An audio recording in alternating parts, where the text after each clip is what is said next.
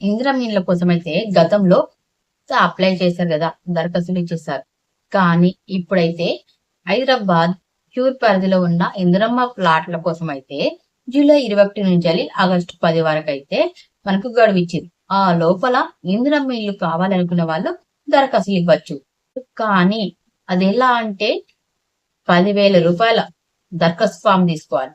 అది అప్లై చేసి మనం ఇవ్వాలన్నట్టు. మీరు మీ సేవలో ఇచ్చిన పర్లేదు, లేదంటే మీ సేవ పోర్టల్ ద్వారా చేసినా పర్లేదు అన్నట్టు. ఏ విధంగా సరే దరఖాస్తు చేసుకోవచ్చు. ఆన్లైన్ ద్వారా కూడా చేసుకోవచ్చు అన్నట్టు. కానీ ఇక్కడ ఏంటంటే 10,000 రూపాయలు పెట్టాలి.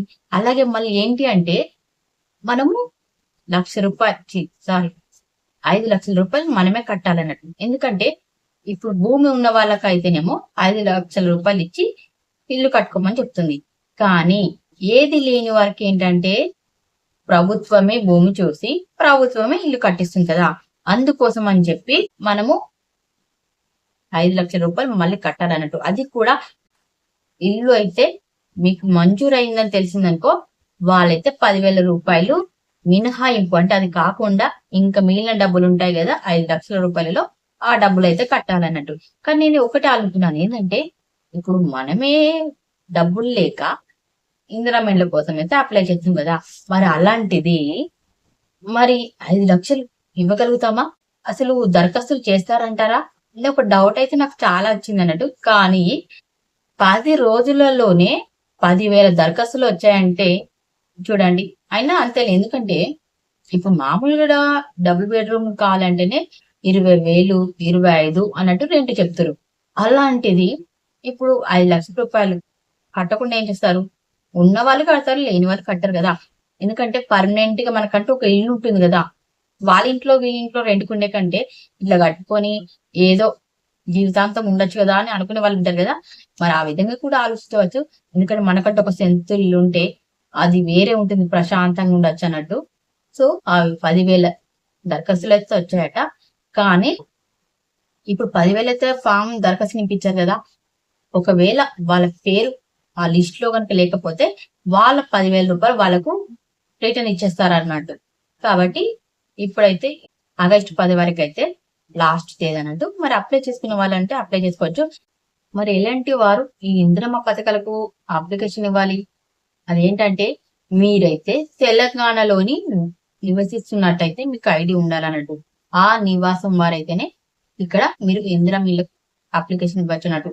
ఒకవేళ మీరు ఎక్కడో ఉంటున్నారు కానీ హైదరాబాద్ లో బతుకుతున్నారు, ఏదో ఒక జాబ్ చేసుకుంటూ, అలాంటి వారైతే అప్లికేషన్ ఇచ్చేటప్పుడు వాళ్ళకి చెప్పండి. ఎందుకంటే మేము అక్కడ ఉన్నా కూడా మేము ఇక్కడే బ్రతుకుతున్నాం, ఇక్కడే ఉంటాం, కాబట్టి మాకు దగ్గరలోనే ఇల్లు వచ్చేలా చేయండి అని మనం చెప్పామనుకోండి, ఖచ్చితంగా అదే మీ దగ్గరలో ఉన్న పరిధిలో ఉన్న మీరు ఒకవేళ వాళ్ళకి చెప్తే మీరు చెప్పినట్టుగానే చేస్తారన్నట్టు. మీరు ఎక్కడ ఉంటున్నారో క్లారిటీ అనేది వాళ్ళకి ఇవ్వండి అన్నట్టు. అప్పుడే కదా వాళ్ళకి అర్థమయ్యేది. అలాగే మీ ఇన్కమ్ అన్నట్టు ఎప్పుడైనా సరే సంవత్సరంలో మీకు 6 లక్షలు దాటకూడదు అన్నట్టు, తక్కువగానే ఉండాలి. అలాగే మీకు గవర్నమెంట్ నుంచి ఎలాంటి లబ్ధి పొందకూడదు. ఇల్లు గురించి లోన్ తీసుకోవడం ఏదైనా ఉంటుంది కదా, అలా ఏది కూడా తీసుకోకూడదు. మీకు ఇల్లు అంటే ఏది ఉండకూడదు, పేదవాళ్ళై ఉండాలి. కాబట్టి అలాంటి వారైతే దరఖాస్తు చేసుకోవాలి. ఇవి చేసుకోవాలంటే మీకు ఆధార్ కార్డు, రేషన్ కార్డు, మీకు అలాగే మీ ఐడి ఖచ్చితంగా ఉండాలన్నట్టు. వాటిని తీసుకొని మీరు వెళ్ళండి. సో వాటి ద్వారా మీరు అప్లికేషన్ చేసుకోవచ్చు.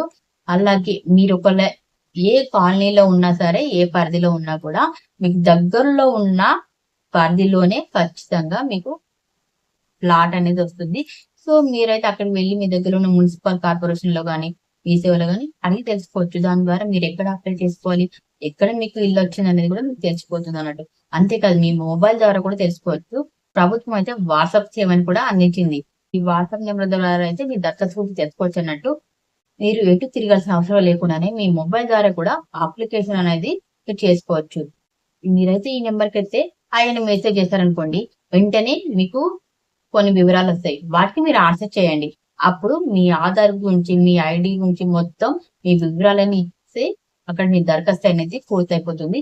అలాగే మీ దరఖాస్తు గురించి ఇన్ఫర్మేషన్ తెలుసుకోవాలనుకోండి, అప్పుడు అదే నెంబర్కి ఆయన మెసేజ్ చేయండి. అప్పుడు ట్రాక్ స్టేటస్ అప్లికేషన్ మీద క్లిక్ చేయండి.